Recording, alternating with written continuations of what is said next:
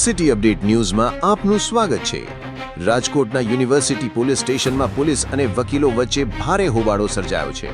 Police દ્વારા police સ્ટેશનમાં park કરાયેલી એક વકીલની ટુ વ્હીલર ગાડી ડિટેઇન કરવામાં આવતા મામલો ગરમાયો હતો। ઘટનાની જાણ થતાં વકીલોની QRT 108 ટીમ તાત્કાલિક પોલીસ સ્ટેશન ખાતે પહોંચી હતી। વકીલોએ પોલીસ સ્ટેશન કેમ્પસમાં રહેલી નંબર પ્લેટ વગરની ગાડીઓના ફોટા અને વિડીયો ઉતારી વિરોધ નોંધાવ્યો હતો।